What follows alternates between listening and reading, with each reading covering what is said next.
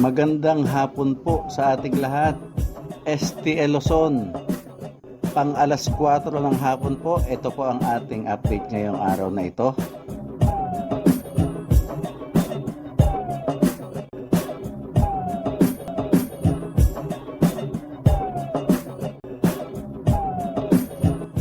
Babatiin ko lang po ng isang magandang hapon ang mga taga-probinsya ng Bataan,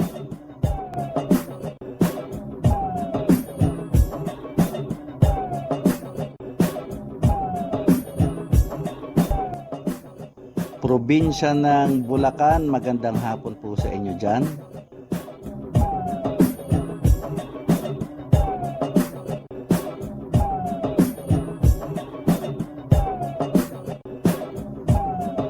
Dyan po sa probinsya ng Ilocos Norte, magandang hapon po.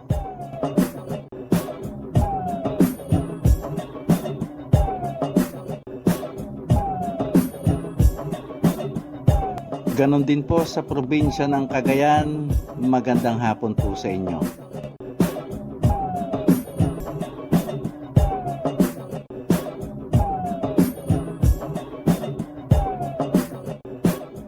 Sa Pampanga, kasama na siyempre ang lungsod ng Angeles, isang magandang hapon po sa inyo.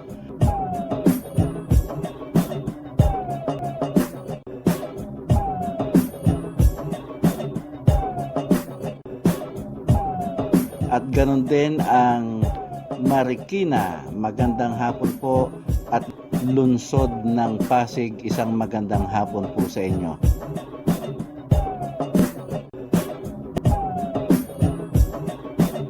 Tunghayan po natin ang ating update ngayong hapong ito. Good luck po sa ating lahat.